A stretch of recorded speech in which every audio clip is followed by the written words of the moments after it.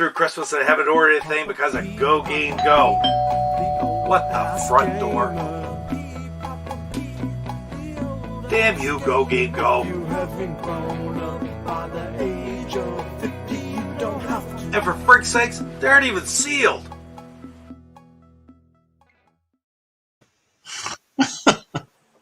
You got all three of the Evercade magazines, Pete. I did.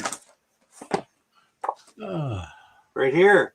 And I blame it all on Go Game Go. Yeah, I think that one is my fault. I told you about those. They sold the third one first, and then they sold the first one second and the second one third, I believe. How to blazes does that work? Something like that. Because originally it wasn't supposed to be a printed magazine, I don't think. They were just doing like a PDF. So they put out 3. And then, for the third one, I guess they got a magazine deal set up. So they put that out. Then they went back to the old ones. I think they added some new content and then started selling them on Amazon. Well, I really haven't had any opportunity to look at it. Did you get them? Yes.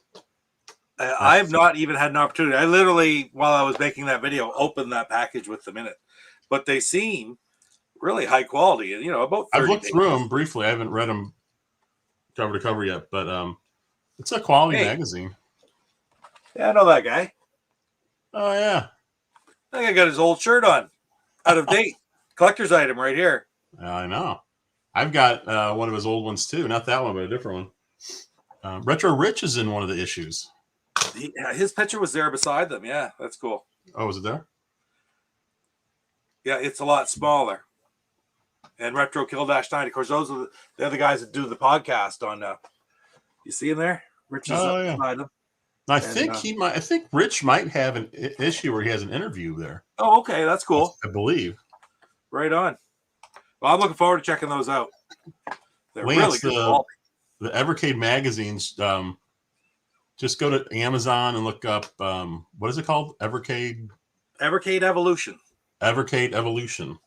I found them wicked easy, and I looked at the Canadian site. If anybody, the guys are in Canada, and they were like, if they're $10 American and $10 US in the States, it was $11 Canadian in Canada, all free shipping. So I think all three have been different prices. To be honest, I think it's been like an $8.50 and a $9 and maybe like a $9.25. I don't know. Yeah, up here, I don't know where the pricing comes from. 11, and 10, I think it was. Where's Stuart? Stuart is on assignment elsewhere. He's actually, I believe, I think he's leaving tonight or tomorrow morning. He's coming back from his Christmas vacation. Well, hope it was better. Hope it was better than the Griswolds. Is here. I didn't really watch much Christmas movies this year, Pete. I saw Christmas Story. Yep, I did not watch that this year. I actually watched it more than once because it was on a loop. Oh, right. Yeah.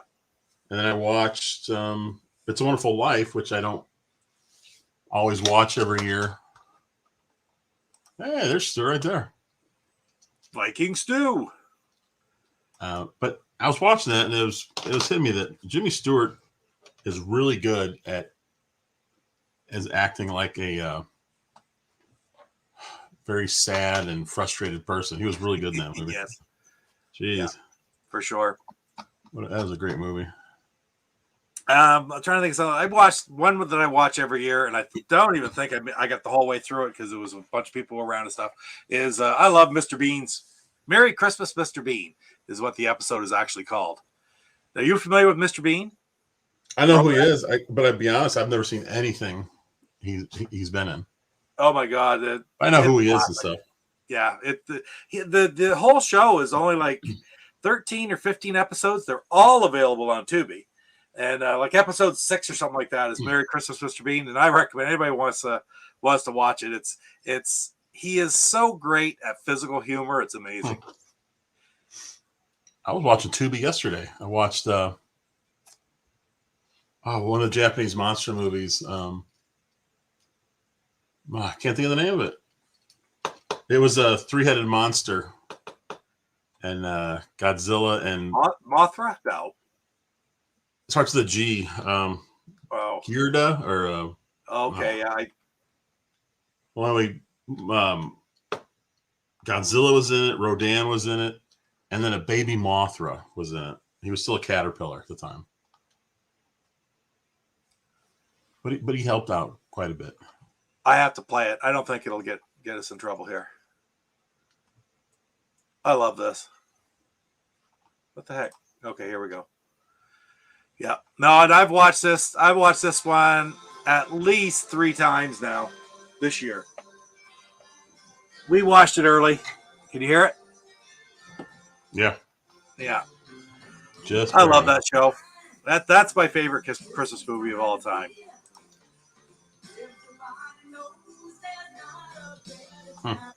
It just all went by so quick, huh? Yeah. Especially for you guys. Yeah, I'm glad. I had 2 days off after Christmas. Yeah. Well, I should say, 2 days off Monday, Tuesday. Went back to work today. Yeah, Tubi is really a nice channel to have, or a nice app, I guess I should say.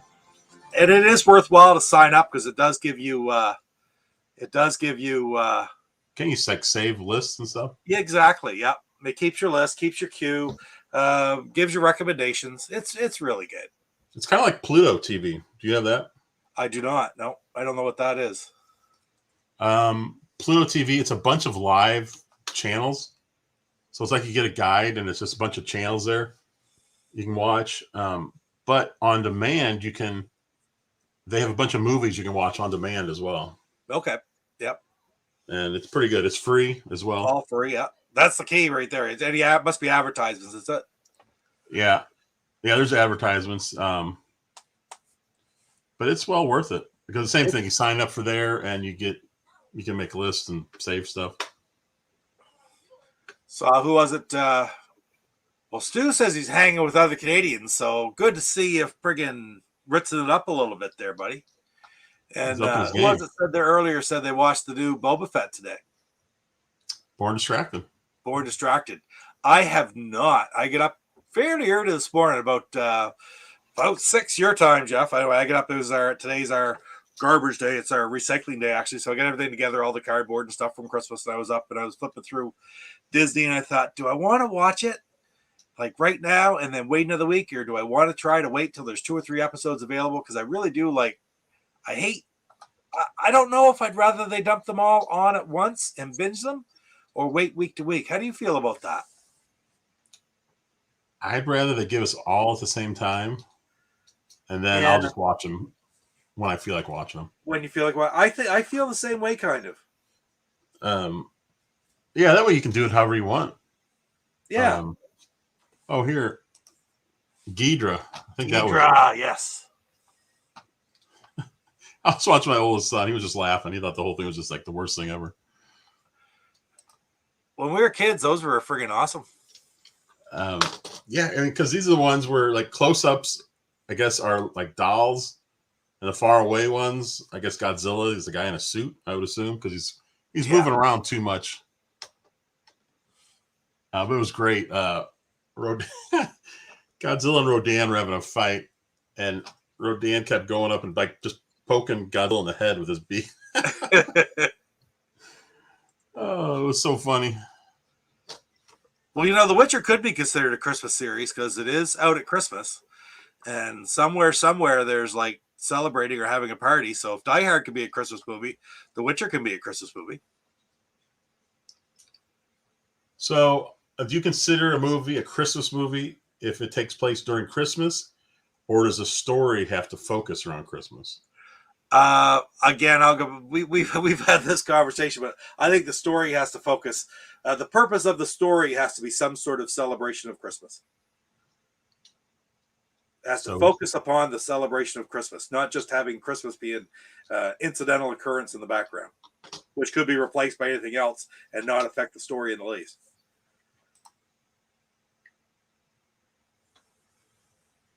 The Ranch. I've never heard of that. I don't know that one either. I think I've seen it on there, but I really don't know anything about it. So when's new Cobra Kai hit? Isn't that coming out soon? like this week as well, is it not? Have you watched that, Pete? I have not watched any Cobra Kai, and it's one of these ones now that 2 seasons are already out, right? Or 3? It might be 4. Might be 4. Wow. I mean, all I've heard is good stuff about it, and I know I would like it. I just haven't done it. If you liked the original movie, you'll like this. It's pretty darn good. I mean, it just picks up years later. What, like 30 years later? Wouldn't you say it's hard not to like the original movie? Really? Yeah, I love the original movie. I did too. Yeah. I mean, at that time, it was perfect. But it's just so interesting because you see you get to see both Daniel growing up, yeah, but you get to see Johnny growing up, yeah, and you get to see his perspective on life and what happened back then. And I tell you, you watch it, and you're like, yeah, I think Daniel was the ass in this thing. It kind of changes your tune a little bit. It does change around. Oh, Daniel was the jerk. And how did you like the Mr. Big bar fight, Viking Stew? Because of all the bars in that box, the Mr. Big would be my least favorite, I would say. What's in that? There were 5 different chocolate bars in it: the caramel, the crunchy, the crispy crunch, the Mr. Big, and the Wonder Bar. Wonder Bar. And Lance, I'm not going to argue with Lance. Die Hard, Lethal Weapon, and Gremlins are Christmas movies. Well, in Gremlins, it was all about a Christmas present that they were given. Yep. So, yes, I would say that is definitely about Christmas. Die Hard is, I know you think it's a Christmas movie, and that's fine. A lot of people do. Lethal Weapon, most people, if you ask about Lethal Weapon, they're not. Same with Die Hard. Die Hard and Lethal Weapon, the bottom line is this. Other than us discussing it all, knowing that it happened at Christmas, you could ask the average person who saw Die Hard a year later, and they're not even going to remember that what was going on was Christmas. It was an office party. Oh, it was an office Christmas party. Oh, it was an office party, and they got kidnapped. They're not even going to remember Christmas. But, Christmas Vacation took place at Christmas? Probably remember that. Same with the Christmas Story. Right? Do you think more people would think of Die Hard as a Christmas movie if what was the lead character's name? John McClane. Yeah, John. Do you think that remember it was a Christmas movie if John McClane went from Los Angeles to New York instead of New York to Los Angeles, and then it was Christmas Eve like it was, but then it was snowing out, and you think that'd have been more memorable as a Christmas? Well, maybe it would have, but with the other traits of Christmas in it. But it really, I mean, Christmas is Christmas. The weather doesn't make Christmas. It's the spirit. That's philosophical, right? Yeah, very good. So, I can see it with the stereotypes. Would go with it, probably help, but that's about it. There aren't many Christmas movies where it's not snowing. I would guess it's usually a perfect white Christmas. Christmas Vacation 2 was set in a tropical island, and it was terrible. I've never seen that. No, I don't bother. I saw it. I watched it on Tubi, I think, about a week and a half ago. I was cooking, and I turned it on, and it was friggin' sad. Of course, it's sort of neat to see Randy Quaid do anything now after he had his meltdown there about 5 years ago. Tried to defect from the United States, and got him out of that's pretty wild. I like Christmas, all right. Have you've seen it? I have not seen it yet. I did. I watched it one afternoon. Again, I do watch a lot of these things while I'm puttering away at other stuff. And I watched 8-Bit Christmas, and I liked it okay. It was nothing. It's not extremely memorable, but it was okay. Like Christmas Chronicle, the first one I watched last year. I didn't watch it this year. I didn't have any big desire to watch it this year. I liked it better last year than I liked 8-Bit Christmas this year. Let's put it that way. No real desire to watch it again. Do you think 8-Bit Christmas would have been better if it was a 16-bit Christmas? No. No. I will commit to a no on that one. The ranch sounds pretty good. Had Blake an office party gone to hell, I may add. This is very, very true. That is very true. Yeah, and he apparently he liked the Mr. Big bars. They're good. Don't get me wrong, but they're a cookie wafer in the middle, kind of like a kind of like a coffee crisp, but without quite the flavor in it. And then surrounded by everything. They're a big chocolate bar, that's for sure. Now, do you call it chocolate bars or candy bars where you are? Candy bars. Candy bars, yeah. I would call a chocolate bar like Hershey. I would call it chocolate bar. Right. Something that's just pure chocolate. It's like here, you're gonna go to the store and get a chocolate bar. It's a generic term, whereas just you go over to Calais, over to the U.S. side of the river, and it's candy bar. Everything's candy bar and soda over there, and it's chocolate bar and pop over here. Oh, so you're a pop? You're in the land of pop. Yeah, where's definitely soda here. Soda pop, pop, but it's the pop aisle. It's not the soda aisle at the grocery store. Yeah, nobody at all says pop in this area. Coco has not christened any games lately. When I say that, I knock on wood when I say that. I didn't get much feedback on that one. I don't know that they really knew what the hell I was talking about. I think they did, but, That was a great show last night, Pete. I thought it went really well. I really had a good time talking to those guys and getting some of their insights and the backgrounds, and it was wonderful. I enjoyed it. Thank you, Jeff. Thank you for coming on there and taking care of it for me like you did. It was cool to see Christian Martin for the first time. Yeah. Had you seen that picture of him that Paul always shows? No, I've never seen that before. That Paul uses that picture. That's Paul's creation. And this is C-Mart, and it's like, I frankly had no friggin' idea what C-Mart looked like before Monday night. I talked to him all the time on Messenger and stuff often, like very often. And Pop is a sounder, my dad. That's funny. I've come to realize that was an actual picture of C-Mart, I think, that he doctored, right? Which I didn't even realize that it was even anything like him. So, to the best of your knowledge, does C-Mart have the best in television collection of anybody you've ever met? Or you've heard of? Yes. There are some, maybe, I know that there are some gentlemen in Italy who have pretty substantial collections as well, but I would dare say it would be very difficult for them to have a bigger or better collection than Christian. It's amazing. Yeah. And I was fortunate enough. He gave me a little tour there, virtual, obviously, but of the things there on Monday night. It's some wonderful stuff. Some wonderful stuff. Who was the name of the guy you interviewed who had this incredible video game collection? John Mulaney. What was the oldest system he had games for? NES. NES? Yeah. I mean, he may have had a few around for older, but it was not part of the big collection. Whereas NES, he had almost the whole thing. And SNES, N64, he was complete. Jeez. John Mulaney. Yeah. Mulaney. That's not just a lot of money. That's a lot of time. Mulaney. Oh, incredible. But he got right into it at the perfect time. He was into it when he was in school. He bought collections when they were coming out of the attics and such. He got a lot of them that way. And he pieced together his own, sold the extras to buy more stuff for his collection. He did it the absolute perfect way that in the early 2000s, you would have been able to do the same thing. People weren't doing it like they are today. Now that stuff's all out of the attics already. It's only a real rarity to have something come out that you get a grasp of.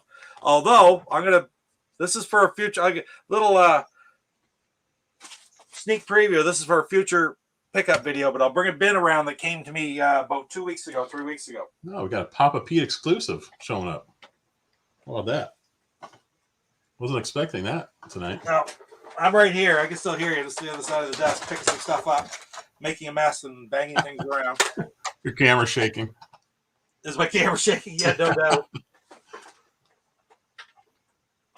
Well, let's suffice it to say, I can lift it. I always like it when you can't lift the things people bring you. How did your chair just move? A quick sneak preview. Are you ready? Yep. How did your chair just? No, there's still in the back of the chair today. Your chair moved while you were over there. See that poking up over the side? We got a Super Nintendo there. Are you still there? Or did I unplug something? No, I'm here. Do you hear me? Hello? I've lost all sound. Oh, no. I can't hear you at all, Jeff. I can hear you fine. Daddy's still there.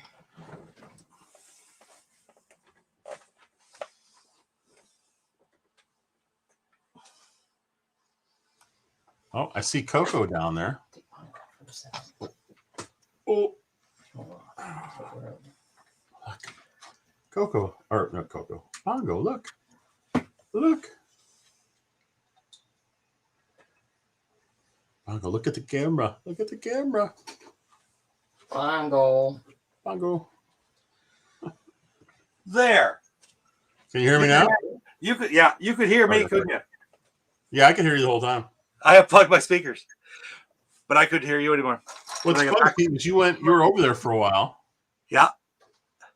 And your chair swiveled around and it was just in place. And then after about 20 seconds, all of a sudden your chair just started to move slowly. Well, that's the ghost, you know. Or the cat. It was so... Oh, that's what it was. Okay. Coco got out of the basket once. Now she's back. Get back in. That's what happened. So there we go. Coco. It was Coco. Did you see what was in the basket? Saw a Super Nintendo. Yeah. And there's a few other things in there. Was there an N64 controller in there? Probably. It looked like one of the three prongs was sticking out or something. Yeah. No, that wasn't what that was. But now, where'd you get that box from? Friends, good friends of ours, before Christmas come over and said, "Hey, we cleaned out. We're up at my mother's," and my mother said, "Take this stuff." And then they said, "Well, we know where that'll go." The Papa Pete collection. That's right. So I've got some cleaning up, and I'll do a video on it shortly. I'm behind on making videos. Everything that I've got recorded now is out, but I tend to record ahead 4 or 5 videos. That's why sometimes they're kind of delayed. Like today, I released a video. And one of the things is the Game & Watch, the sitting right over there, right behind Coco's head. Yeah. And I've actually had that since about a week after launch, right? But that's just part of getting all the videos out. I'm trying to think, Lance, what the last game I bought for Intellivision. It's not over there. It may have been Nova Blast, or could have been. Although I am buying Worm Whomper from Luke. Nice. I was looking that up, and it looked like a fun arcade-style game. Worm Whopper's a very fun game, and it's one of the more expensive games for Activision, if not the most expensive.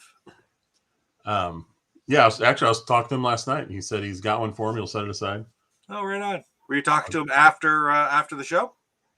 During the show, actually, Pete. Oh, during. Okay, right on. I was doing some double duty. Somebody said Worm Whomper last night, I think, and we were talking about it, yeah.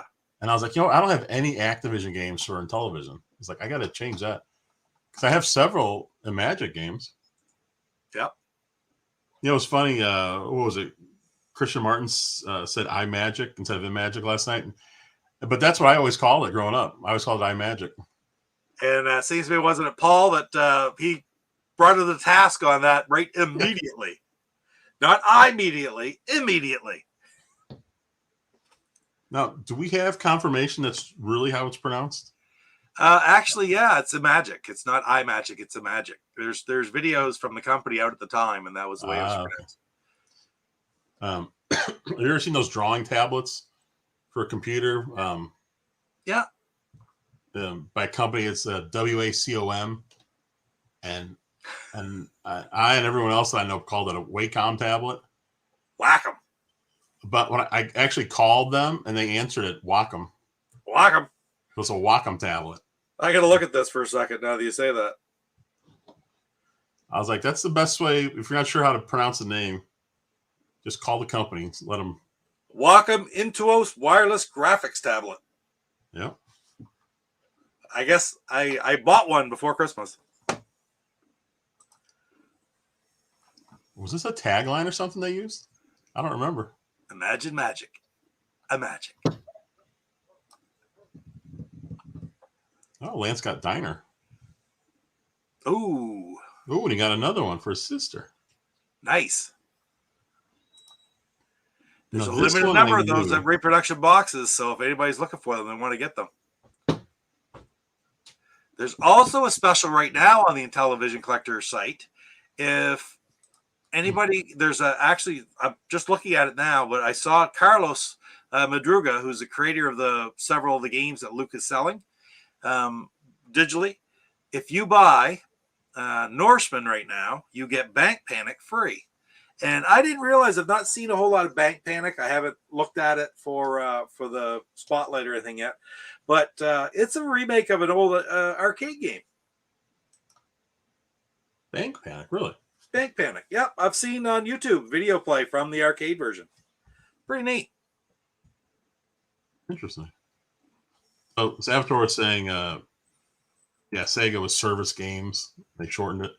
Oh yeah, cool. I did Isn't not know that one. Coleco, wasn't that Connecticut Leather Company? Connecticut Leather Company was Coleco, yes.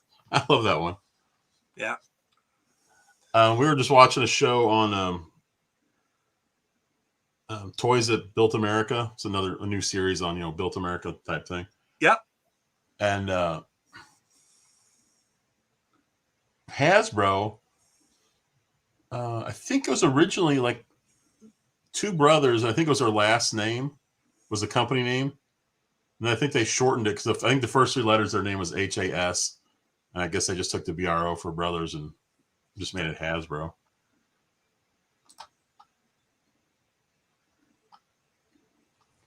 Oh, I take it back. I do have an Intellivision game, Pete, because you sent me Happy Trails. I did.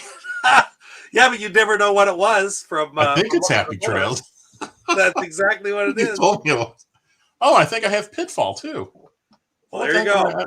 I don't know what I have then. Look at that. And Lance has listed all 7 of them right there. So not only you went from having none of them to having almost a third of them, and So now I with think I have- Warmwalker, you're going to be almost a half them. And Wormomper is the most expensive. Hey, Kurt. Good to see you, man. Hey, Kurt. Thanks for showing up.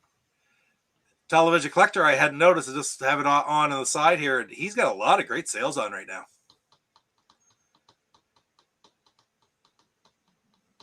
Is River Raid pretty much exactly the same as Atari? It is not. It's significantly different, actually. And I've not played the Intellivision one much at all. I love the Atari one. Love it. But, for example, you're not restricted to the chasm, I believe, in the Intellivision version. It's got a different kind of feel. It's still vertical. It's still vertical scrolling where you shoot bridges, ships, and stuff in the water. But you can go over the land and everything in the Intellivision version. Oh, interesting. Yeah, it is. It's kind of neat. I like when they change the game a little bit from one version to the other. Yeah, I was also looking at Dreadnought Factor and Beam Rider. They look pretty interesting. Beam Rider is a very good game. Very interesting. You get in the Intellivision relatively, I won't say inexpensive, but it's obtainable. The friggin' Atari 2600 version is damn hard to get and friggin' expensive if you see it. It's one of the 9 that I still need for my Atari Activision collection. I've gotten to the point now where I'm going to be quite happy to get them just carts for the time being. Yeah. Yes, Salvatore, I did pick up a Retron 77 like a month or so ago. I'm really happy with it. I did notice that when it came out, was it 3 years ago, I think? All the reviews, I think, were pretty bad on it. I don't know if they fixed the problem. I don't know what the problems were. I don't know if they fixed it through firmware. But yeah, it works great. I mean, I have a stack of Atari games over there. Most of them worked on it. I think the ones that didn't, I just think maybe it's a dirty card or something. I tried cleaning them as best I can. I mean, the best part about the Retron 77 is you can just load it up with ROMs. And for the most part, those work every time. There was one ROM I tried. It didn't work. I can't remember what it was. But yeah, I really like it. It worked fine.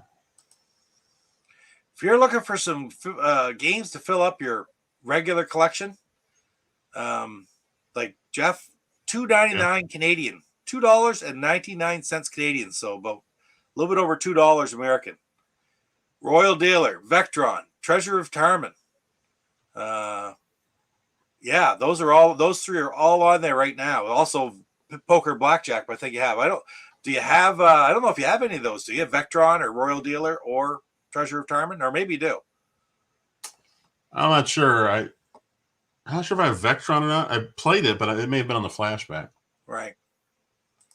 Oh, Savage, I misread your comment. You were saying you wanted a Retron 77 thing for something similar for the television.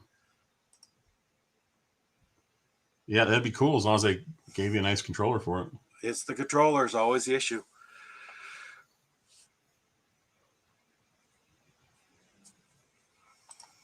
Zaxxon for television is very different than the arcade. Agreed, Lance. And not as good, I don't believe. Here you go, Pete. What do you think about the two Interbase games? Interface? It's Interphase, actually, not Interbase. That's a bit of a conundrum. We talked about that very, very briefly last night. Do you remember C-Mart bringing out the really strange-looking box art at the very end? And he said these were the usual. They were prototypes at the beginning, and how the one looked like it was really looked like the Plague, right? The Sewer Sam. And the Sewer Sam and Blockade Runner. And I'll be very honest right up front, Kurt, I've not played them very much. But the one thing that sort of gets me with Interface is the guy who created those two games is from Vancouver as well. A lot of people in the community are from Vancouver, C-Mart and like Chris Dumarask and of course the Television Collector.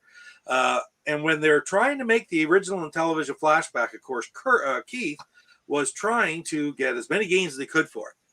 And he actually went to the guy for Interface about getting those two games because he's just sitting on them. They're not like they're making any money. And, you would cut some sort of a deal, and the guy had no interest whatsoever. And then I've talked to other people like from the Vancouver area about whoever this person is. There's no interest there whatsoever in sort of renewing, reliving, redistributing these two games. So what we have is probably what we'll always have. We won't have anything more than that. Kind of interesting. It's a weird story. Don't understand why a person would. You would think a person even who made 1982 games and there's more interest in them nowadays. You know what I mean, Jeff? You would think, oh, well, that's cool. People are interested in them again. Yeah, you're talking about the guys who actually made it. Yes, yeah, Interface. I'm gonna pull. Yeah, that's so weird. It's like you'd think you'd be all excited that people are interested in your game, something you did years and years ago. Yeah, exactly. Here are the two games. Hopefully, I get an angle. So, Blockade Runner and Sewer Sam. But they're by Interface, an Interface video adventure, manufactured in Canada.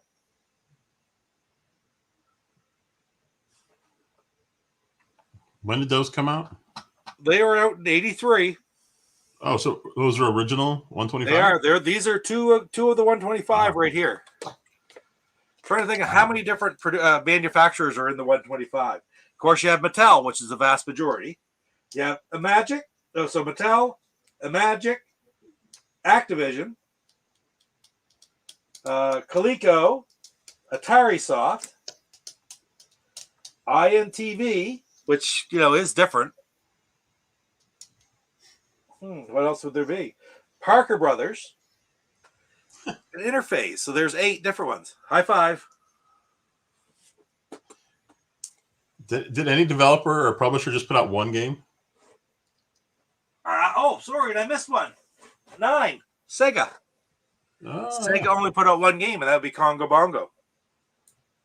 And that's really expensive, isn't it? Yes. Yes, it is. Congo Bongo. That's the reproduction box. So all I have is this. That's it. Oh, you don't have the cartridge for it. I do not. No. But that cover art is awesome on that box. It is. It's very neat. Yeah. Jeez, that's really nice. Here, I'll.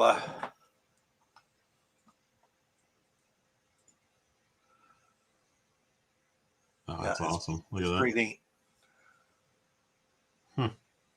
Yeah.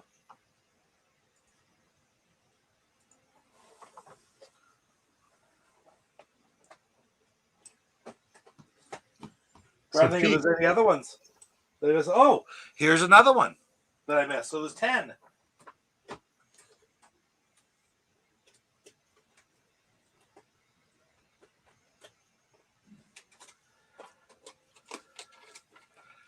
These ones. Nice Ideas or Dextel. Championship Tennis and World Cup Soccer. So that's 10 different manufacturers for a television. These ones are real games. Like I have these ones.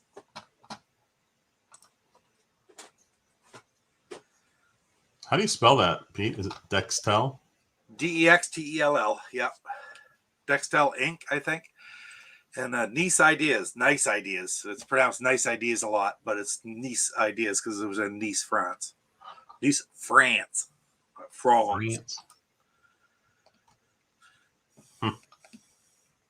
And Salvador, I've played the Congo Bongo port for this one as well, and it's not considered a great game by any stretch, but it's completely noted for its collectability. The only Sega game for the Intellivision brought out in '83, there just weren't many of them out.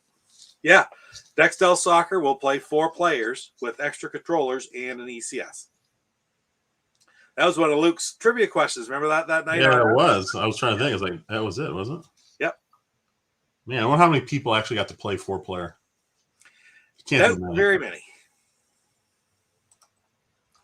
It's like us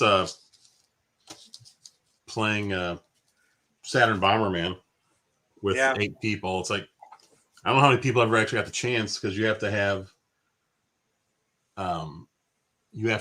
2 multi-taps and then of course 8 controllers. So it's not actually easy. It's not an easy thing to get together. I mean, I can remember back in the early '90s having friends over stuff, and I had the multi-tap for the Genesis playing NHL, was it 94 or 95 with 4 players. It was a lot of fun. That was EA put out their own multi-tap, didn't they? Yes, they did. Yeah, I have that. I still have that upstairs. All my Genesis stuff is sort of packed away in boxes. It used to be out here, but just because I've ran out of room. I do like the Genesis stuff, but now it's gone through the roof too. So I was a sports guy. Yeah, during the 16-bit era, I played a lot of sports games. Yeah, a lot of NHL hockey, a lot of Madden, a lot of Joe Montana football. I hated Joe. I had it too. Sports Talk, Joe Montana, Sports Talk Football 2. It's like, oh my God, I thought that was such a sucky friggin' football game. I never played the second one. I played the first one. I mean, I loved Tecmo Super Bowl and Tecmo Bowl, and that was what I wanted in a football game. I found those so fun and easy and pick up and play. And I wonder how different Joe Montana 2 is from the first one. Well, I don't know. It was the first football game that I had for the Genesis, and I was not impressed. BSR Spiker, right on. Just received Mountain Madness skiing. Yeah, that's cool. I got that not long ago. I've got that one for my collection now, so I'm down to needing 9, and I've got all the. No, I don't have all the boxes, but I have for the ones I'm missing, other than the ECS ones, which I'm missing, Melody Blaster, Jetsons, and one more, Mind Strike. I mean, Mind Strike's not hard to get either. Of all the games that I have left, Mind Strike is the most achievable for not much money. Yeah. Earl Weaver Baseball. Yeah, that's a blast of the past. Was that Accolade or something like that? Or I don't think I ever had that. I played hardball in the Commodore 64. Right. And I found out a little trick on how to throw a no-hitter. Oh, really? Yeah, I put in a non-pitcher to pitch. And when you go to the selection of what pitches, all it said for a non-pitcher was fat pitch. That was it. Yeah. So you just threw a slow pitch in there, and the guys couldn't hit the ball. I don't know why. It was like some kind of weird thing they had programmed in there. I guess I didn't realize, but they couldn't hit me at all. It was That's hilarious. You'd think, especially when they call it fat pitch, you'd think they'd just be clobbering it. Oh my God, Savater likes sports talk too. Joe Montana. Well, I really liked the first one. I didn't like that game. I had to give it a chance, I guess, second one. sometime. But So, Pete, what would you say are some of your best pickups of 2021? Now we're at the very end. So we just mentioned their Mountain Madness Pro Skiing, and what did I get with that pole position? That was one of my absolute best pickups of the year, for sure. I mean, but then again, 2021, the box that C-Mart sent me, bar none, is the best pickup of the year. By that was crazy. That was this year, wasn't it? Yeah, that was like in February, January or February. Pete, I think you were almost in tears. You were so happy. It's inconceivable that there could ever be a pickup like that. It was a gift. I mean, bottom line, which it's amazing. That was incredible. Yeah, absolutely phenomenal. I've got another gift from C-Mart that I'm going to be opening up in a future pickup video. I won't give you the exclusive on that one. It's not in television related, but it's a nice friggin' pickup. All right. What was your disappointing pickups of the year? Oh, let me think about that. Now, what would make it disappointing? I don't know. I wouldn't have gotten it if it was disappointing. No, I'm trying to think. Maybe something I bought on Well, see, I didn't buy much eBay, right? Because of the pandemic, and I couldn't get the things shipped. I bought some on Facebook groups, but for the most part, everything that I bought in any of the Facebook auction sites here in Canada, I got what I expected and was quite happy with them. In more cases than not, it was better than I expected. What beer did I drink in that video today? I can't remember right off the top of my head. I agree. It looked really nice, though. What the heck was it? Oh, I hate that. I have to check that now. It only take me 2 seconds to check it because I just look at the folder. I think it was 6.5% alcohol, though, wasn't it? Yes, it was. Yeah, it was strong. What the because I get it mixed up. It wasn't the one that I drank last night that I got from Luke. Luke sent me out the s'mores.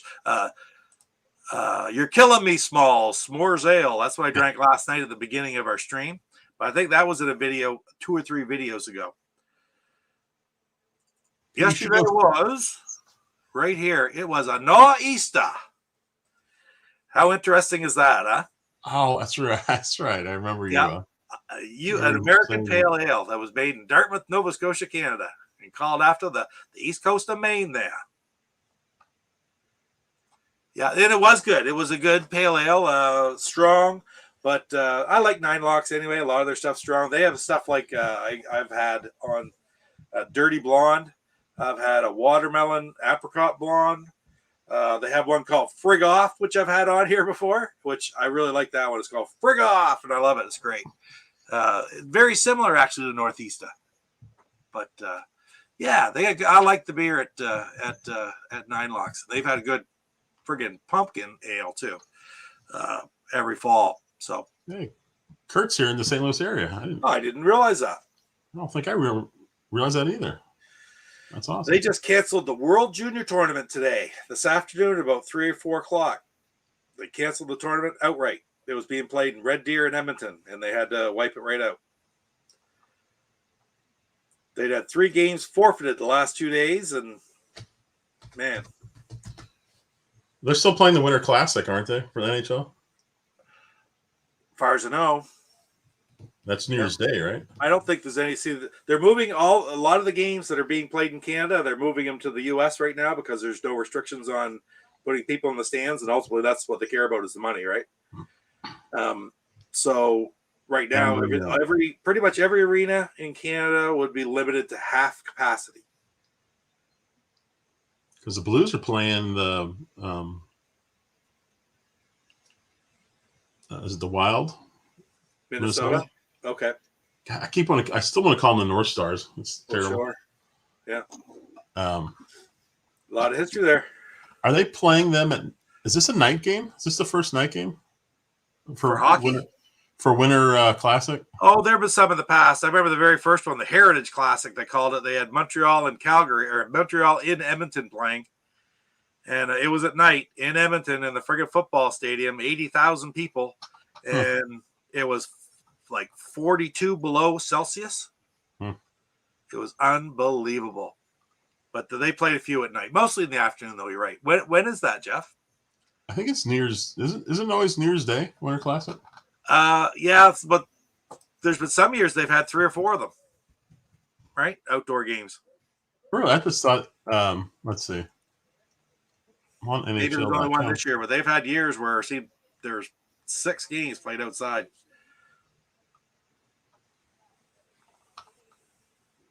I'm trying to look that up. The winter. So they didn't do one last year, huh?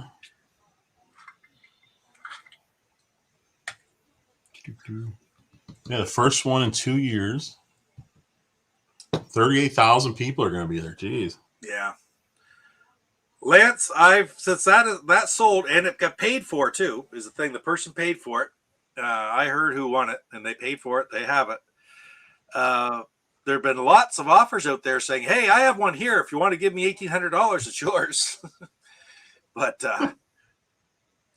so I don't know. That was a bit of an anomaly. That one, $2,510.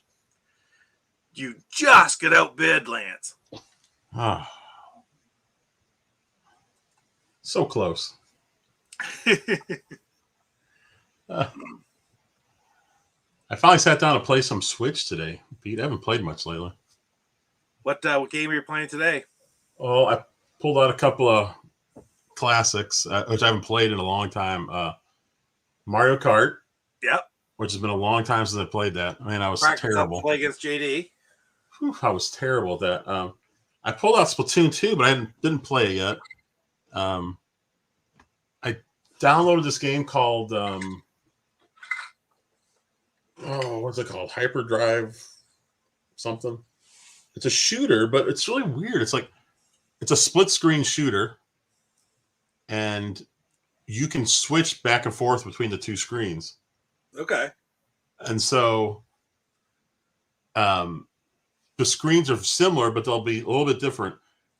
Like you'll have, guys coming down here attacking you, and you can, fight them, or you can flip to the other screen. Like say there's a power up, you can go over there and grab that. And then at one point they had a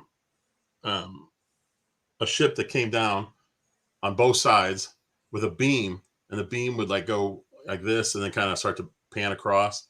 And so you're supposed to, as it was getting ready to hit you were supposed to switch screens and end up on the other side of the beam. So you just missed it. And it's a really clever idea for a shooter. It takes a while for, oh yeah, I was cleaning too.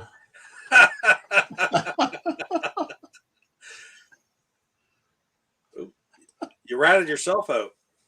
And yeah, I guess I gotta stop telling her we're on the air.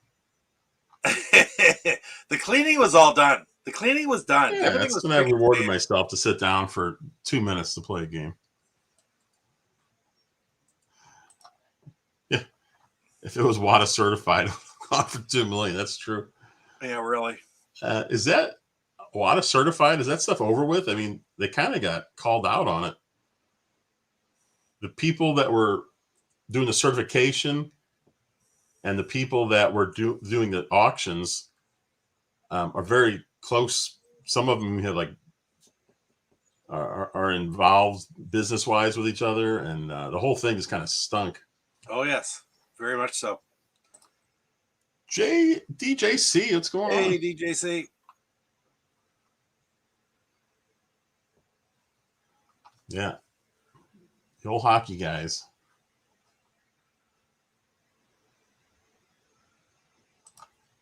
What did Born Distracted run? This one here, I bought. Oh, what? I bought the Abe's Oddball Odyssey collection. Oh, Odyssey, I guess. What did you buy that for, Born? What was that? What system? Oh, I was playing this game called um, Hex Seed, and basically it's Minesweeper. Yep. It's a really cheap game, but it's basically Minesweeper, but in hexagons. So instead of just a square, the pattern goes all kind of weird ways. Oh yeah, which would be challenging. Oh, I got that for a Switch. Cool. But I didn't realize what it was at first. I'm sitting there trying to play it. This was weeks ago, and I was like, I don't know what the hell I'm doing. It's like there's no explanation on the game. I didn't realize it was Minesweeper at the time, so I didn't know what I was doing. So I just turned it off, and then my son was sitting there, so I said, "Hey, while you're here," I said, "Help me with this game here." I said, "What the heck am I doing?" And he looked at it and he goes, "Oh, that's just Minesweeper." I was like, "Oh, okay, now I get it."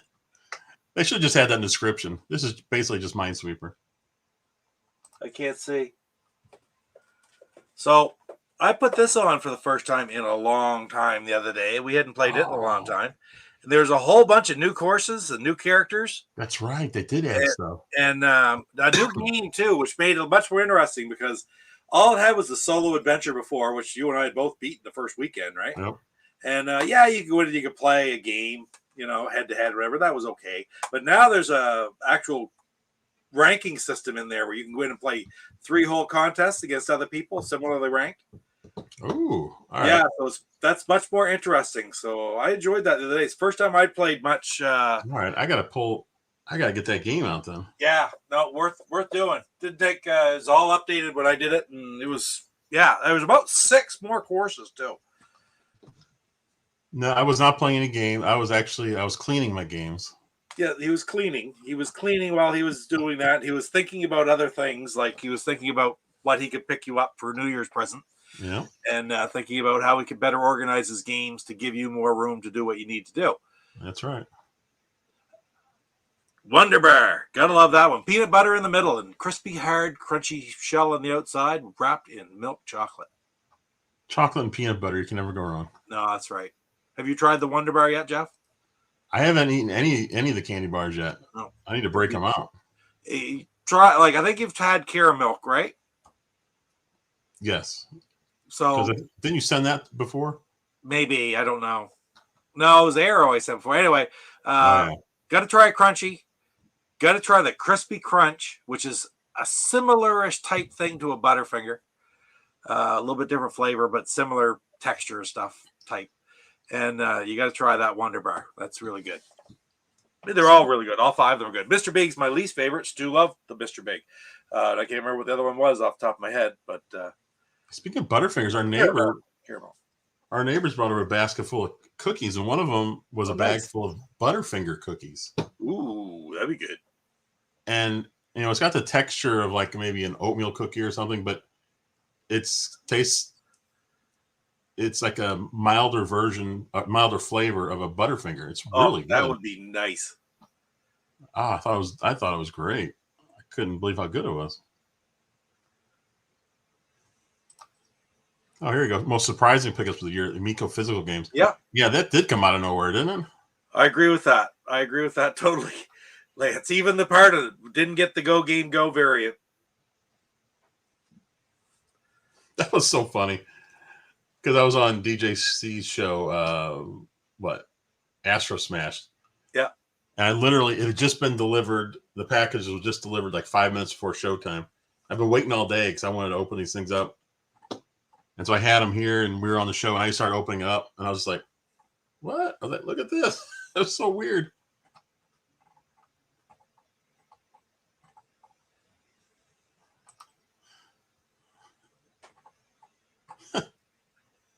Yeah. Yeah, really? Should have eaten. Have you finished all your Smarties yet, though? You got to eat one of those boxes of Smarties every week. My mom actually asked me to save her some, so we got a mason jar. I think I might just fill one up for her. No, right on. That way she can try them. She wants to see how they compare to M&Ms. Oh yeah. Yeah, they're definitely a bit different than M&Ms. Then I'm gonna go around it. They're crisper and they're a little tastier. The candy shell. The color means nothing, same as with an M&M, but it's just a little bit different texture.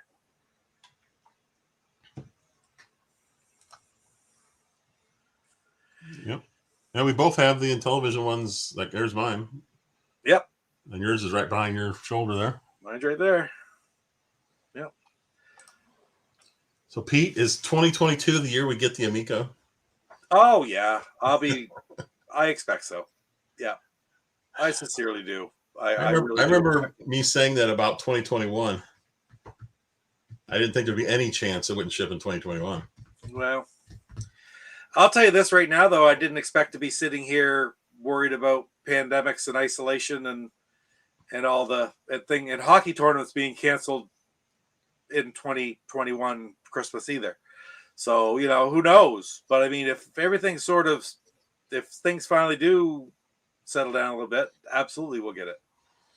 Other factors in the world we have no control over.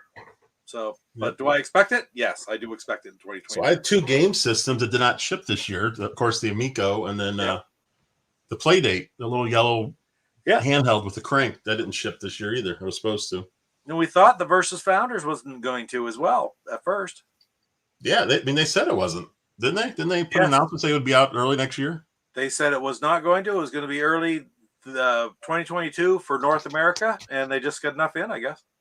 Yeah, that was weird. That's the way to do it. Tell us it's coming later and then give it to us. Mine's sealed. Well, I haven't played it much more than you, Pete. I haven't had time. Yeah, you've been pretty tied up. I was really, really disappointed though I was hoping these would be like. I suppose I do have things I could put them in sealed bags, vacuum seal them. You can start wrapping your own stuff. Yeah. Yeah. And I also got this one today. You see what that is? It's number 11. What one is that? Xeno Crisis and Tanglewood? Is it Banglewood or Jangle? Tanglewood. Yep, Tanglewood. That's an interesting one. It's the only one that has 2 games. Huh. Well, it was a really good price on the Canadian Amazon, like exceptionally good price compared to the other ones. Like less than from Funstock. And so now all of a sudden I've got 1 through 12 and you're catching up there, Pete. Yeah, and look, it's sealed. They're all sealed. You've got the greatest sealed Evercade collection going.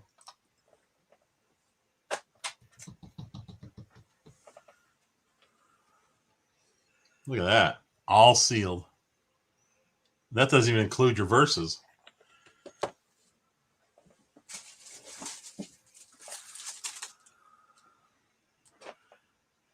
I do. That's where you can see it. And my carrying case, sealed. And what's funny is you've got games in there you can't get to. Oh, yeah. There's 6 more games in here, and there's 3 more games in this box. Oh. What's those ones? So there's 1, 2, 3, 4, 5, 6, 7, 8, 9, and 3 is 12, and 6 are 18 games. I think they're sealed inside the sealed boxes, too. I don't know how to check that out. But as long as they're sealed out here, does that make them sealed inside no matter what? I would say so.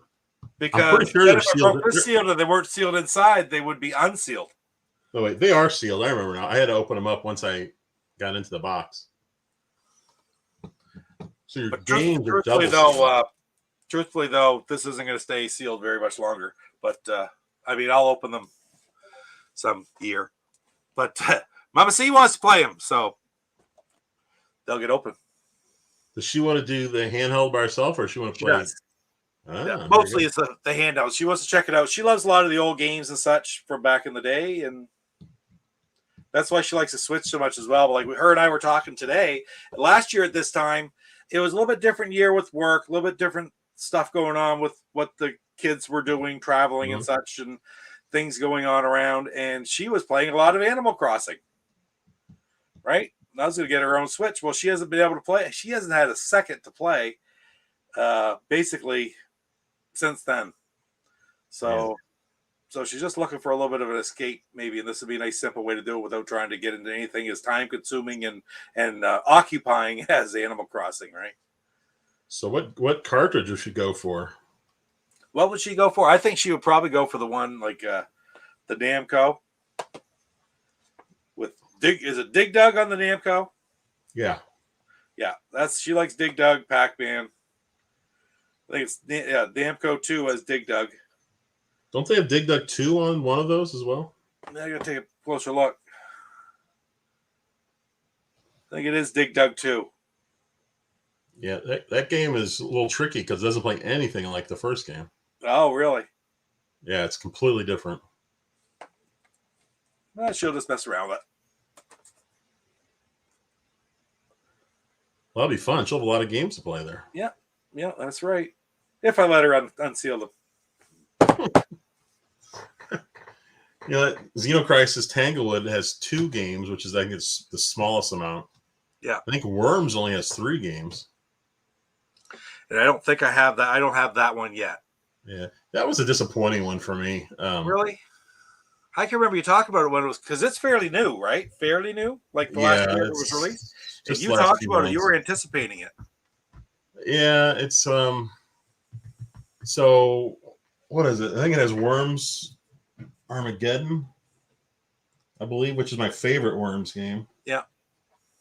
Oh, here we go. Worms Collection 1. Yeah, it's got Worms Armageddon, which is my favorite game. Unfortunately, they ported over the PlayStation 1 version. The Dreamcast version was a lot better. So that was a disappointment. There's Worms Blast, which is I don't even know if you can see these. Worms Blast. Oh, yeah. Which is a puzzle game. Right. And it's a great idea for a puzzle game. You're a worm in a boat, on the water. And it's kind of like Bubble Bobble, where you got these, balloons or whatever they are, and you got to pop them. And you're shooting them with your bazooka.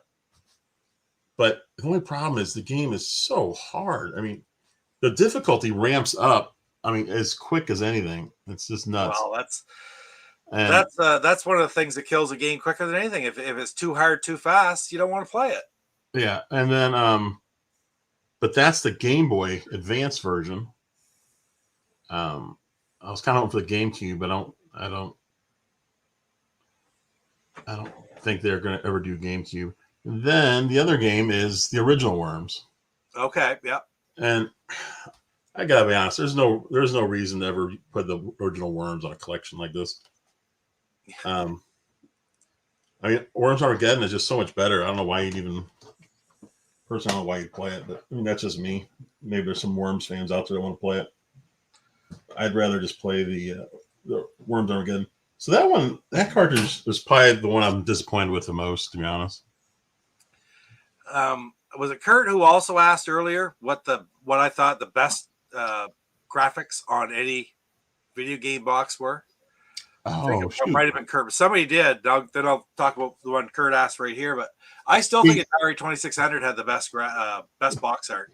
Pete, you talk about that. I'll be back in like 30 seconds. Right on. There's so many fantastic pieces of art on the original Atari ones. Like, I'll grab a couple. It doesn't take very many. Just grab a little stack like this. Even something as simple as bowling. That's pretty good art. I'm just going to make it big here.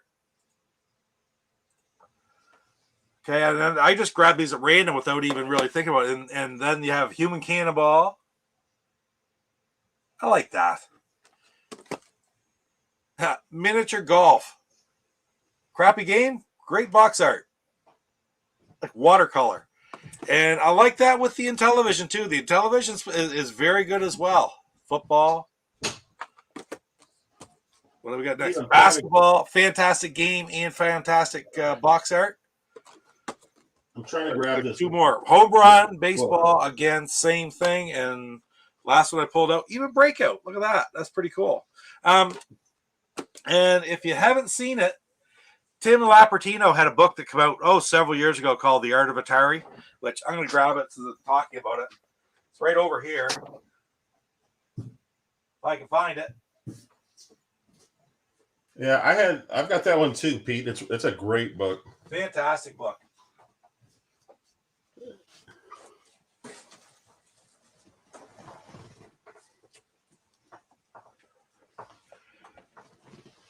I mean, this is wonderful just to skim through. Tim Lapatino.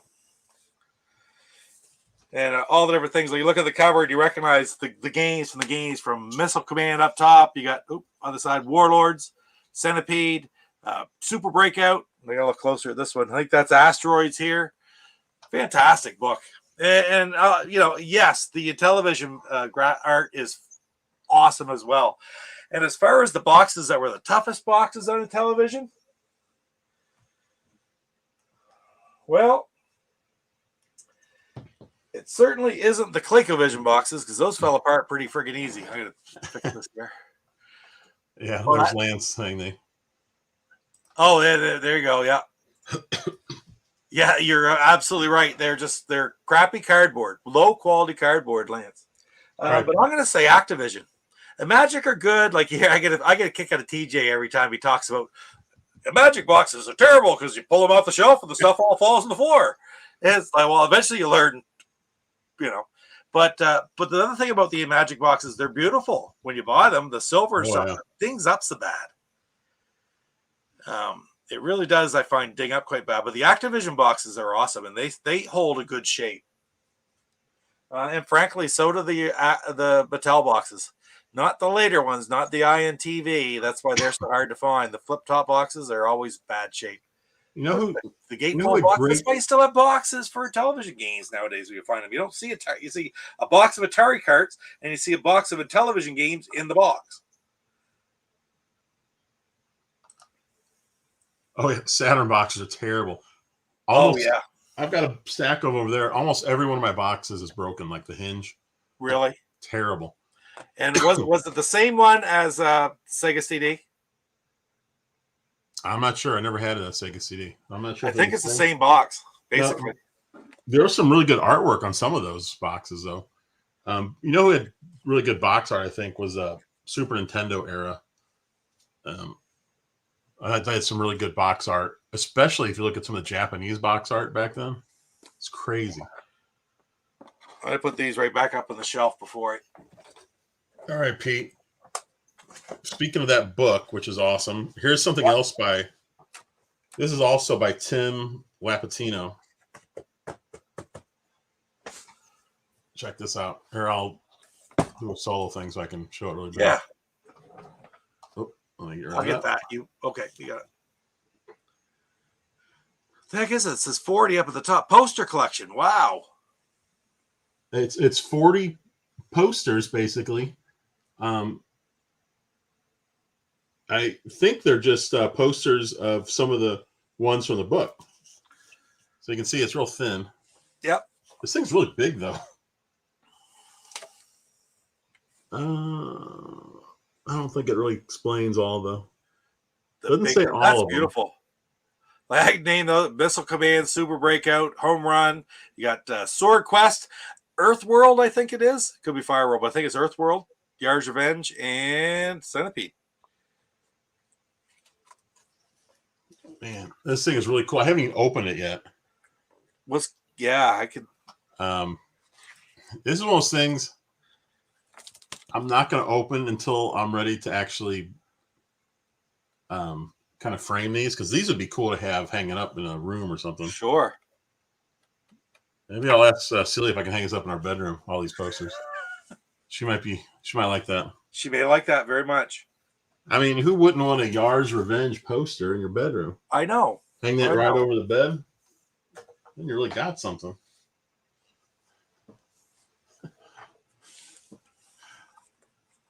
Oh, here, Salvatore said same boxes as the Sega CD. Yeah. God, that's surprising because they're so terrible. I wonder why they just kept making them. Yeah, these posters. Yeah, really. Every system could use that. Pick out some of the best ones. This has been a really this Art of Atari. I remember when it first came out, seeing it in the bookstore, and of course, books like this are $50, and you just, as time goes on, the price goes down a little bit. You see it more and more. And this one you'll still see in bookstores. It's really had a long life. It's just so well made and it's so beautiful. Well, it's awesome that it lasted that long, because when some of these books go out of print, you can forget about buying them because some of them will go up for crazy prices. True. Yeah. What year was this now? It's 2016. Is that it? It's only been 5 years? I would have guessed longer. I would have guessed 13. I would have guessed at least 10. Yeah, I feel like I've had it for longer than that. Yep. Nope. 2016. Celia said she'll have her lawyer help me hang them up on the ring. I just did that to see if she was still listening. I'm rather disappointed, though, Celia. The worst part about it is I can't even listen to her laugh about it anymore. I can barely hear her, but that's through several walls and halfway down the house. You should just have a sound clip. Yes. I'll have her just laugh and I'll have it. Ha! Having her out of boy. Thank you. Damn you. Go game, go. And I'll have her on a sound clip or a video clip like this. There we go. Strike again. Just sold something else. Yeah, this poster thing, it's book is so cool.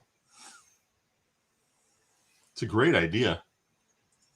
I take it says it was curated by the same guy, Tim Lapatino. So I guess he just got together with somebody and picked out by his 40 favorite ones. Yeah. It just cracks me up. Is that real sports baseball or is that home run? I believe I can't tell from here. I think I can't tell. I don't remember. That'd be hilarious if it's home run. Comparing that. I just had home run here. Comparing that to what you actually saw on the screen. No, I think that must be real sports because there's home run. Oh, wow. Similar type of drawing, but. Yeah. What's that sticker say, Pete? Sticker says, not intended for resale. Free with purchase of Atari Golf and Atari Basketball. Wow. I may have $1 million game there. I better send it to Water. I was just going to say, is that worth more money? I mean, it's got to be pretty much more rare than the regular box. Hey, if you could, what is it? The Donkey Kong games and the Zelda games that are in the not for resale versions are through the roof. Right? Which ones? Oh, there's some of them for the N64. You go into price charting and look for the not for resale versions. They're like $1,000 for these games. What were they from? Oh, those never packed in. I don't know. I really don't know. Well, let's look. Hey, CM Retro. Hey, Chris. Long time no see, man. Happy New Year. Merry Christmas. Yeah, Happy New Year. I do have some not for resale games on the GameCube. Like I've got some Pokemon Stadium or something. And I do have some Zelda stuff because they did these Zelda collections. They put them all on like one GameCube disc. Okay. Yeah, I have that too. Yeah. I don't think those are worth that much. I mean, it's an okay amount, but I don't think they're like crazy expensive or anything. Okay. Price high to low. Zelda Majora's Mask, not for resale, gray. Loose price, $3,182.40. Donkey Kong 64, not for resale, gray. $1,681.06. What the heck were those for? 007 GoldenEye, not for resale. $1,000. Pokemon Snap, not for resale. $449.99. Mario Party, not for resale. $533.35. So as you can see, there's some not for resale versions. That's where I first really noticed it a lot. It's right on the label. I wonder what those are for. That's all. I don't remember N60. No, I mean I don't remember N64 ever having like a pack-in game. So I'm trying to figure out why was it not for retail? So like, how was it given away, or what was it packed with?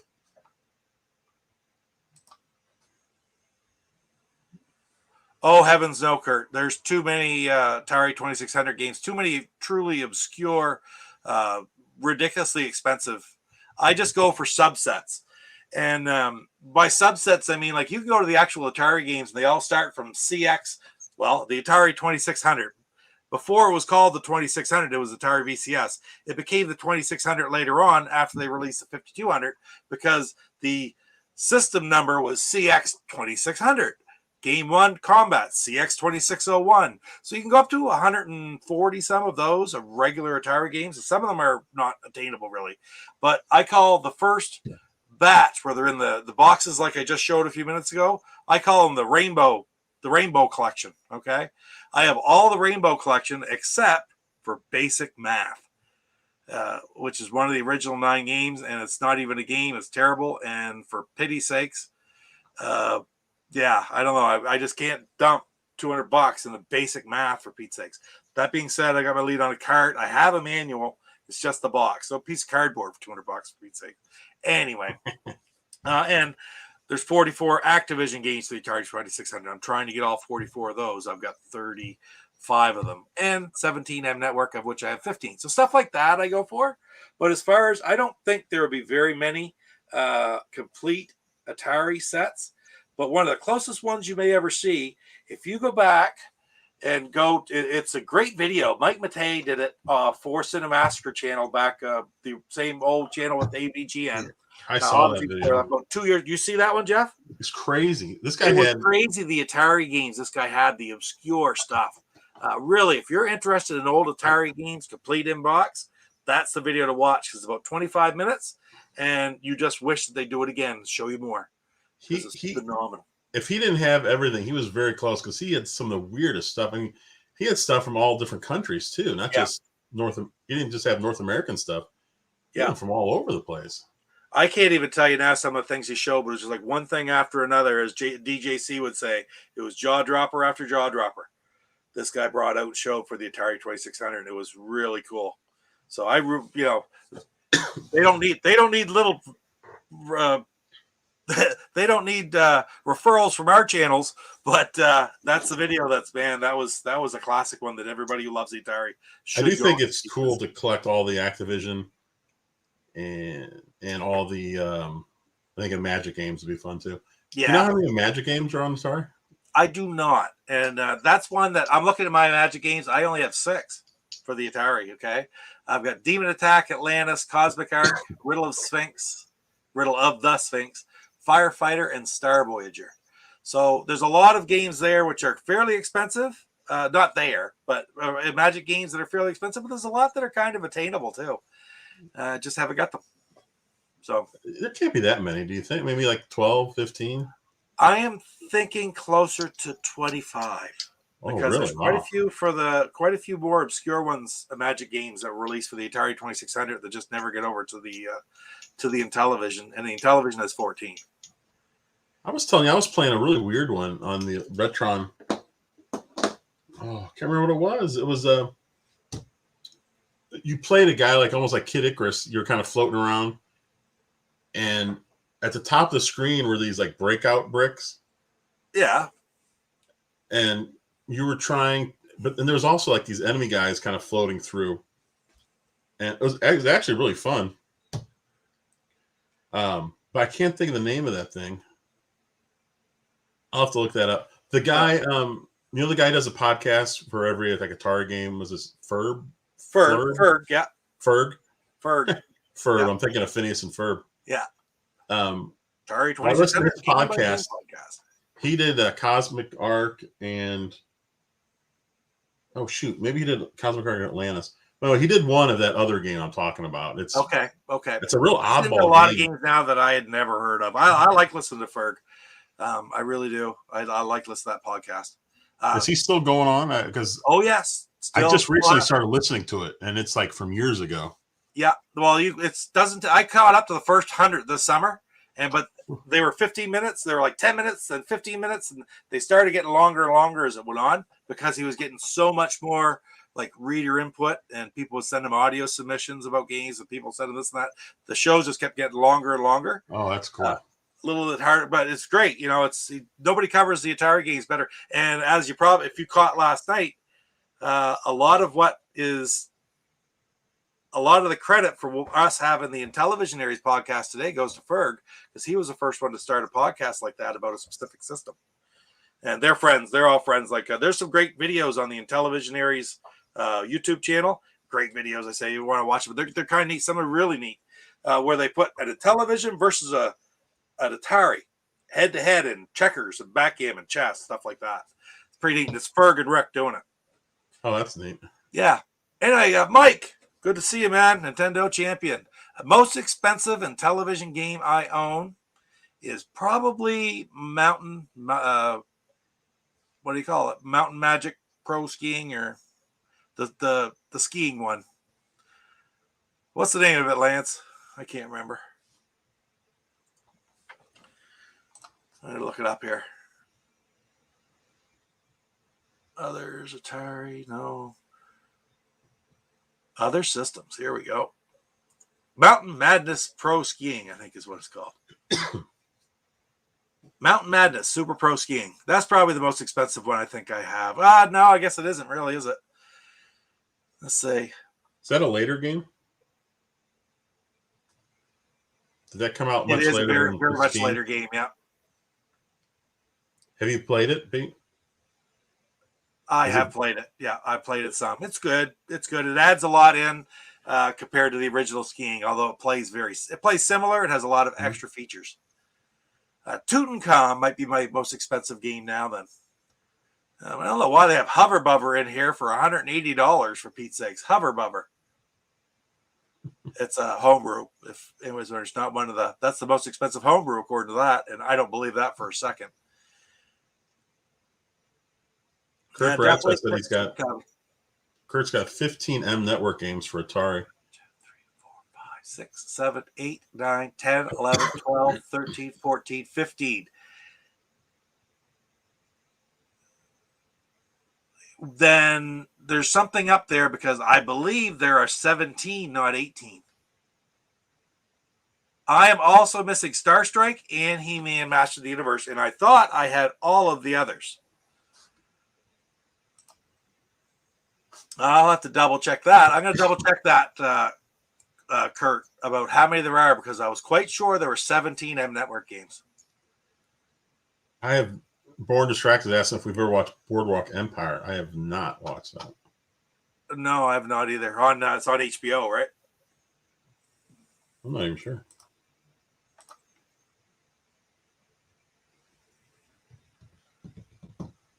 Super Pro versions.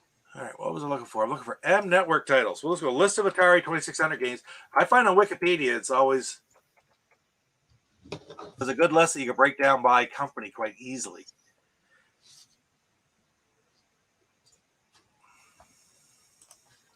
Hey, Scallywag, how you doing? Hey, Scallywag. I have a friend and not too far from me who has a copy of Star Strike, which I often sort of hit him up, say, "You ready to sell that Star Strike yet?" Because he got it for a song. He got it for an absolute song with a whole big box of complete box Atari games. Wow. So I'm always hoping to get a good deal. I tell him that I want a good deal on it. Just a guy I know from on here, from around the Maritimes. What's going on here? All right. Games published by Atari and Sears. No. Games published by third parties. We'll go publisher. We're looking for M Network. And here are the list of M Network games. Can you keep count while I say them? All right. So, Adventures of Tron, Air Raiders, Armor Ambush, Astroblast, Bump and Jump, Burger Time, Dark Cavern, Frogs and Flies, International Soccer, Kool-Aid Man, Lock and Chase, Masters of the Universe, The Power of He-Man, Space Attack, Star Strike, Super Challenge Baseball, Super Challenge Football, and Tron Deadly Discs. 17.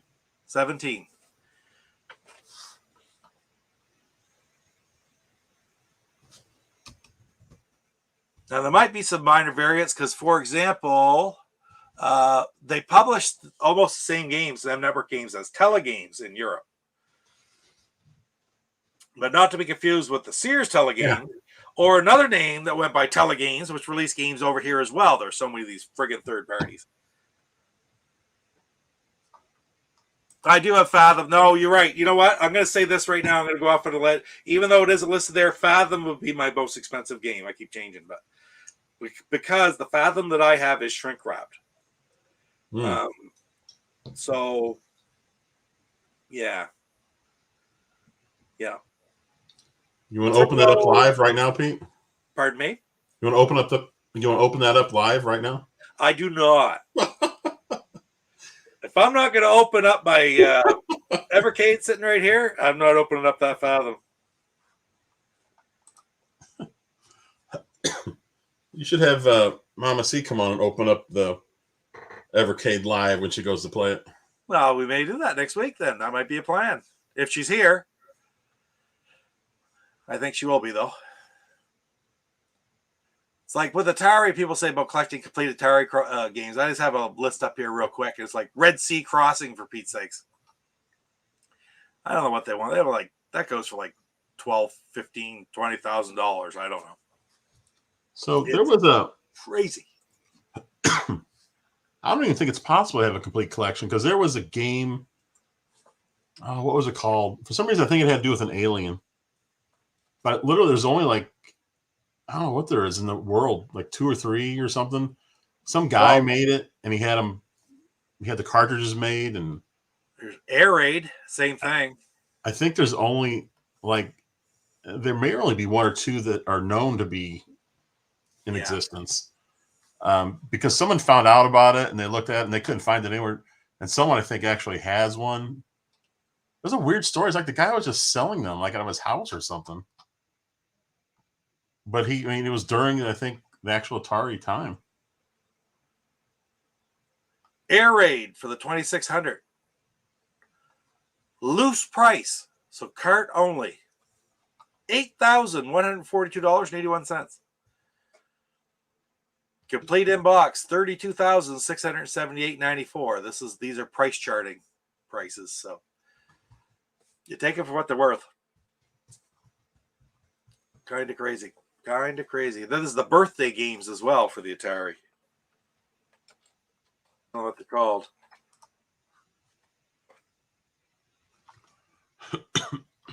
Happy birthday too. There's not even prices on those, so they're so obscure because you would order them. No. There. You were just talking about Air Raid, right? Air Raid, yeah. Yeah, I'm looking here. A 2012 copy sold for $33,000. That's insane. Yeah. Yeah. I'm trying to. Oh, here it is. Extraterrestrials. That's the game I'm thinking of. Extraterrestrials. Only Canadian developed Atari 2600 game, it says. It was made by a small family who wanted to take advantage of the video game craze. But it came in a little late. I think this was in 80. Yeah, it's got 83. Production was finished by the programmer after the market had crashed. To try and salvage their money, the game was reportedly sold door to door locally, with only 100 copies produced. Oh, that was that guy that came around back then. I forgot. I told him to screw off. You can have all 100 for $10.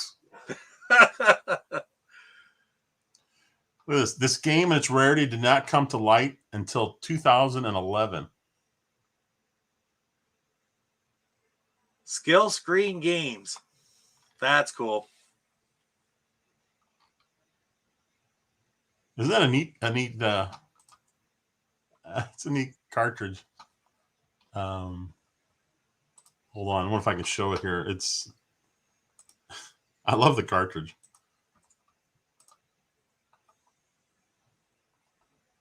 Hold on. Where is it? Oh, here we go. They must have updated StreamYard because now when I share a page, it doesn't go automatically on.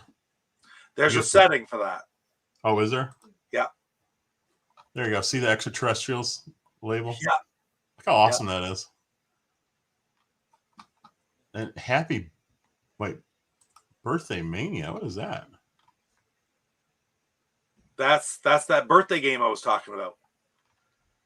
Those are things that you would special order out of catalogs. They send you a game that you can play on the Atari 2600. specifically for a person's birthday. Gamma attack. Only one known copy exists. What?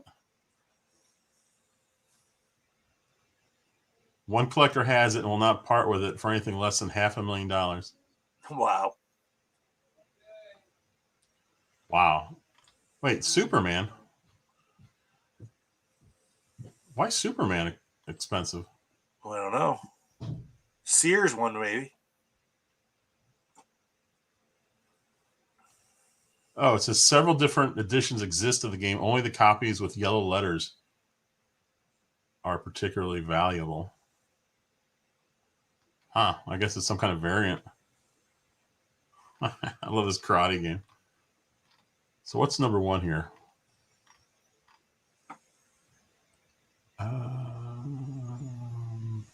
How is ET on there?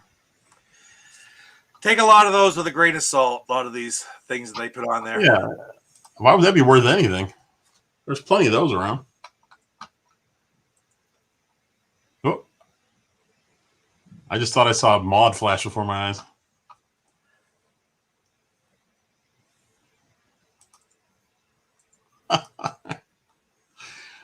Oh, I love having those on there. Where's Super Chicken? There you go. I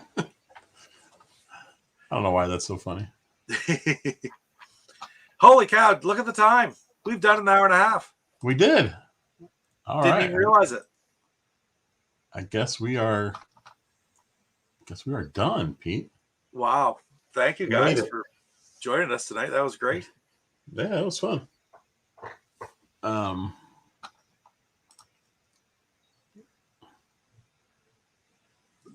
I understand the second Pac-Man one because there's two different, there's Atari Soft and INTV Pac-Man, which are basically the same game, one without the splash screen.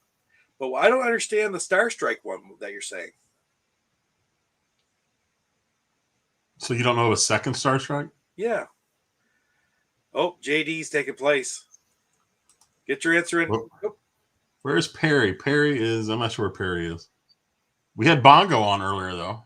Bongo was there, yeah. I saw Bongo when I was trying to hook my speakers back up.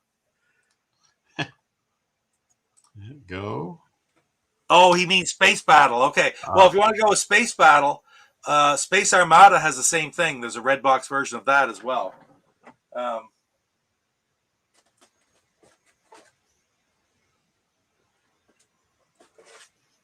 They're the two Space Armadas right there, red and blue. So that's the Space Network, which was out later. This one is Action Network, right? Yeah, Action Network. So they're the exact same thing with the with Which Space came Battle. first, Pete? What's that? Which came first? Of those two? Yeah, and same with Space Battle. And when they went with the blue box Space Battle, they made Space Battle a little bit harder too, because there's not supposed to be any difference between these two games, but the Space Battle version, it actually is sped up a little bit and a little bit more difficult in the blue box version of Space Battle. Well, I was going to say, I wouldn't consider a box variation an additional game, but if they change the game. Yeah, that's true. That's true. But, it was strictly in what used to be the medium difficulty was now the easy. And they just bumped everything up and they made one faster version that was the top difficulty. So there's right. Perry. Perry made it. Perry. She was sleeping. Oh, the silly woke her up. Poor Perry. She's probably still in a daze. Right on. All right, Pete. Should we call it a night? We just got to wait for the last one. We got go. Get game. Perry. Oh, JD's tied up. Look. When the caps are tied up, JD's tied up. Oh, we're starting over again. No. JD, you can't watch hockey and chat at the same time. He restarted.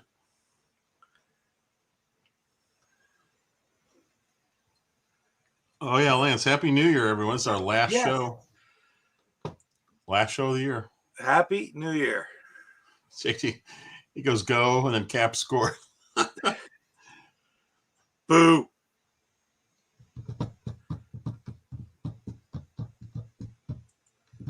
Good to see games going on. We may have lost JD. I think he's celebrating. No, JD, it's go game gone, not go game go. Is this the first time you've watched the show, JD? I got to train him better.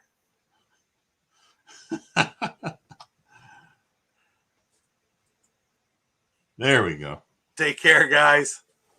And we'll do the outro here of your video, Pete. Right on. All right, everyone, take care. We'll see you next week. Year. Yes, that's true. Next year. Well, Coco, we got through Christmas and I haven't ordered anything because of Go Game Go. What the front door? Damn you, Go Game Go. And for frick's sakes, they aren't even sealed.